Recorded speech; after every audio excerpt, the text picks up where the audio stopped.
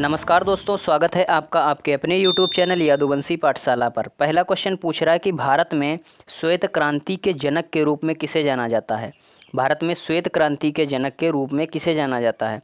तो भारत में श्वेत क्रांति के जनक के रूप में डॉक्टर वर्गीज कुरियन को जाना जाता है। इस प्रश्न का सही आंसर ऑप्शन नंबर डी हो जाएगा, डॉक्टर वर्गीज कुरियन। ठीक है, श्वेत क्रांति तो ये किससे संबंधित है। श्वेत क्रांति जो है दूध उत्पादन से संबंधित है, दूध उत्पादन से, याद रखना आप लोग, दूध उत्पादन से जो है श्वेत क्रांति संबंधित है।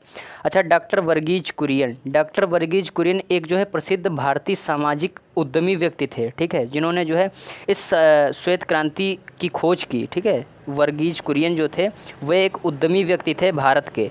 अच्छा, विश्व का सबसे बड़ा कृषि विकास कार्यक्रम क्या है। क्वेश्चन पूछता है कि विश्व का सबसे बड़ा या विश्व की सबसे बड़ी कृषि विकास कार्यक्रम क्या है। तो विश्व का सबसे बड़ा कृषि विकास कार्यक्रम जो था वो बिलियन लीटर आइडिया के नाम से जाना जाता था। बिलियन लीटर, ठीक है, बिलियन लीटर आइडिया, याद रखना आप लोग, IDEA। ठीक है, ये बिलियन लीटर आइडिया जो था विश्व का सबसे बड़ा कृषि विकास कार्यक्रम के रूप में जाना गया। बात करें अगर दुग्ध क्रांति की, जो मैंने बताया श्वेत क्रांति से संबंधित है दुग्ध क्रांति, ठीक है, या दूध उत्पादन से संबंधित है, तो दुग्ध क्रांति को ऑपरेशन फ्लड भी बोला जाता है दूसरे नाम से, ऑपरेशन फ्लड, इसको कोडिंग भाषा है इसकी ऑपरेशन फ्लड। तो ऑपरेशन फ्लड को आप दूसरी भाषा में दूध उत्पादन या श्वेत क्रांति भी बोल सकते हो। जो ये ऑपरेशन फ्लड था, इसकी शुरुआत कब हुई थी। तो ऑपरेशन फ्लड या श्वेत क्रांति की शुरुआत जो है 13 जनवरी 1970 को हुई थी। 13 जनवरी 1970 को ऑपरेशन फ्लड या श्वेत क्रांति की शुरुआत हुई थी। अच्छा, बात करी जाए एक सिंपल से क्वेश्चन की जो हर एक एग्जाम में पूछा जाता है कि भारतीय कृषि अनुसंधान कहाँ स्थित है। तो भारतीय कृषि अनुसंधान जो है वो नई दिल्ली में स्थित है। कहाँ स्थित है? नई दिल्ली में भारतीय कृषि अनुसंधान स्थित है। अगला क्वेश्चन है, निम्नलिखित में से किसने बंगाल में सरकार की द्वैध शासन प्रणाली को समाप्त किया था। एक बंगाल में एक प्रणाली चली थी द्वैध शासन प्रणाली, इसको शुरुआत जो है किसने किया और इसको जो है समाप्त किसने किया। तो इसको जो है समाप्त की अगर बात करें तो इसको जो है वारेन हेस्टिंग्स ने समाप्त किया। इस प्रश्न का सही आंसर ऑप्शन नंबर बी हो जाएगा। ठीक है, वारेन हेस्टिंग्स ने जो है द्वैध शासन प्रणाली को समाप्त किया। और चलाया किसने था। तो चलाया था इसको लॉर्ड क्लाइव। ठीक है, लॉर्ड क्लाइव ने इसको शुरू किया था, द्वैध शासन प्रणाली को वारेन हेस्टिंग्स ने समाप्त किया। कब समाप्त किया था। तो इसको जो है 1772 ईस्वी में जो है बंगाल की द्वैध शासन प्रणाली को वारेन हेस्टिंग्स ने समाप्त किया और चलाया था इसको लॉर्ड क्लाइव ने। ठीक है। अच्छा, चहलगानी, एक शब्द याद आ रहा है, चहलगानी, इसको किसने समाप्त किया था। चहलगानी क्या था ये चहलगानी, पहले आप ये समझिए। चहलगानी जो था इल्तुतमिश द्वारा स्थापित किया गया था। ठीक है, 40 सरदार हुआ करते थे, मतलब 40 जो है सिपाही हुआ करते थे, उनका एक गुट कहलाता था चहलगानी। तो इसको किसने समाप्त किया था। तो ये जो है बलबन ने, एक राजा था बलबन। ठीक है, बलबन के द्वारा समाप्त किया गया था चहलगानी को। ये 40 सरदारों का गुट हुआ करता था। वारेन हेस्टिंग्स की अगर हम बात करें, वारेन हेस्टिंग्स ने कलकत्ता में 1781 के करीब कलकत्ता में सबसे पहला मुस्लिम शिक्षा विकास के लिए इन्होंने मदरसा बनवाया था। तो इसके लिए भी ये जाने जाते हैं। ठीक है, प्रथम मदरसा या प्रथम स्कूल बोल सकते हो, प्रथम स्कूल। ठीक है, प्रथम मदरसा बोलो आप। प्रथम मदरसा जो है मुस्लिम, क्योंकि ये मुस्लिम शिक्षा विकास के लिए बनवाया था, मुस्लिम लोगों के लिए, तो इसको जो है प्रथम मदरसा बोला जाता है। ठीक है, तो ये जो है 1781 के करीब इन्होंने वारेन हेस्टिंग्स ने बनवाया था। अगर बात करी जाए लॉर्ड वेलेजली, तो इनको जो सहायक संधि का जनक माना जाता है। ये क्वेश्चन कई बार रेलवे, SSC, कई सारे एग्जाम्स में पूछा जाता है कि सहायक संधि के जनक के रूप में किसे जाना जाता है। तो लॉर्ड वेलेजली को, याद रखना, लॉर्ड वेलेजली को। अच्छा, लॉर्ड कॉर्नवालिस, तो लॉर्ड कॉर्नवालिस को जो है भारत में नागरिक सेवा का जनक माना जाता है। ये भी इंपॉर्टेंट क्वेश्चन है। नागरिक सेवा का जनक भारत में किसे माना जाता है। तो लॉर्ड कॉर्नवालिस को माना जाता है। कई सारे इंपॉर्टेंट क्वेश्चन इससे बनते हैं लॉर्ड कॉर्नवालिस से। ठीक है, तो ये चीज़ आप लोग याद रखना कि जो है कॉर्नवालिस को भारत में नागरिक सेवा का जनक माना जाता है। अगला क्वेश्चन है क्वेश्चन नंबर 3, सरकारी बजट पेश करने की तारीख को कौन तय करता है।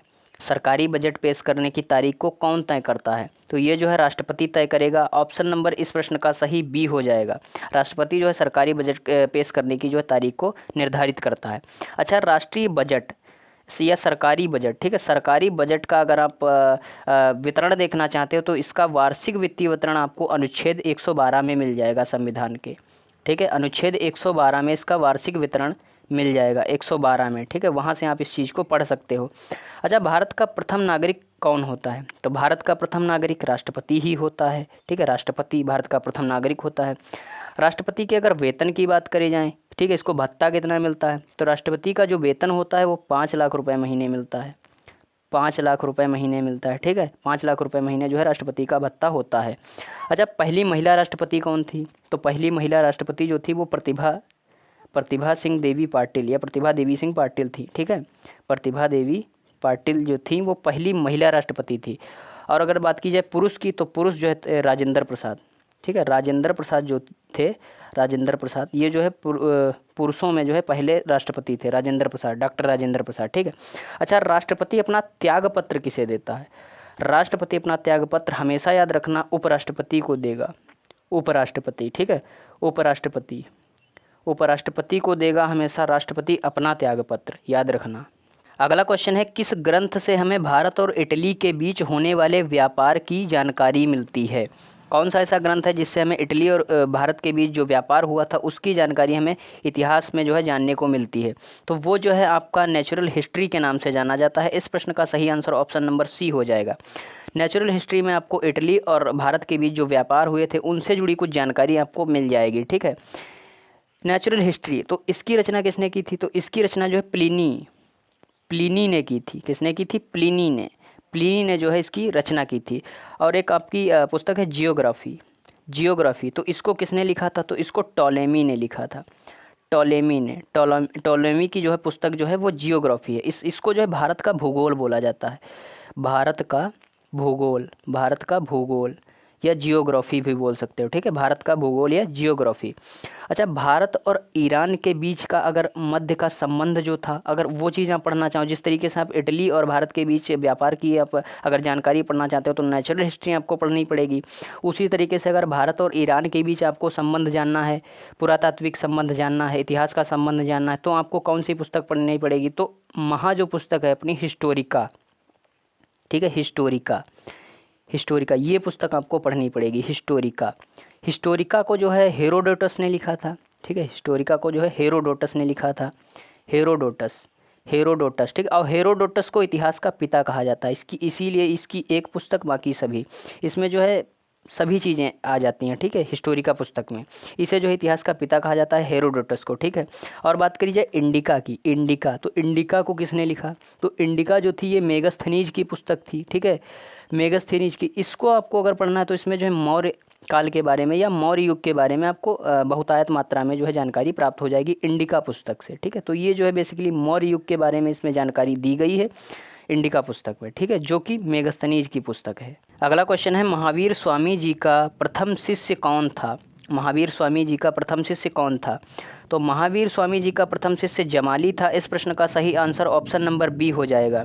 जमाली जो था वो महावीर स्वामी जी का प्रथम शिष्य था, ठीक है, प्रथम शिष्य था जमाली, ठीक है। ये जो है प्रियदर्शना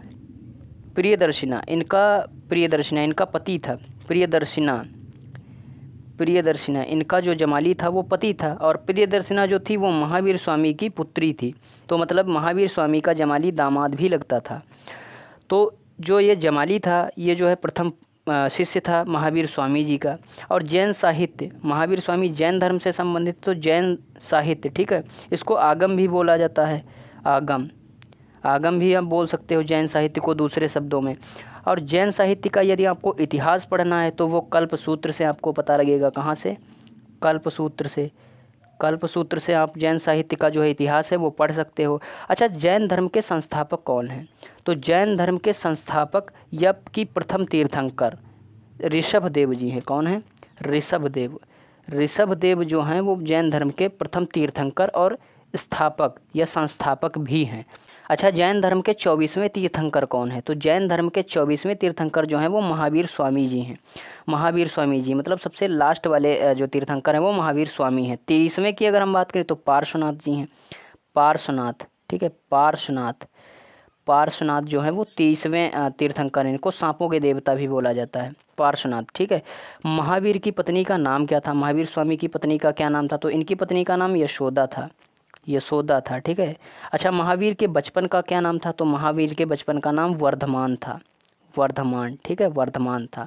आशा करता हूँ आज का ये वीडियो आपको पसंद आया होगा। अगर वीडियो पसंद आया तो वीडियो को प्लीज़ ज़रूरतमंद लोगों के पास ज़रूर शेयर करें। Thank you.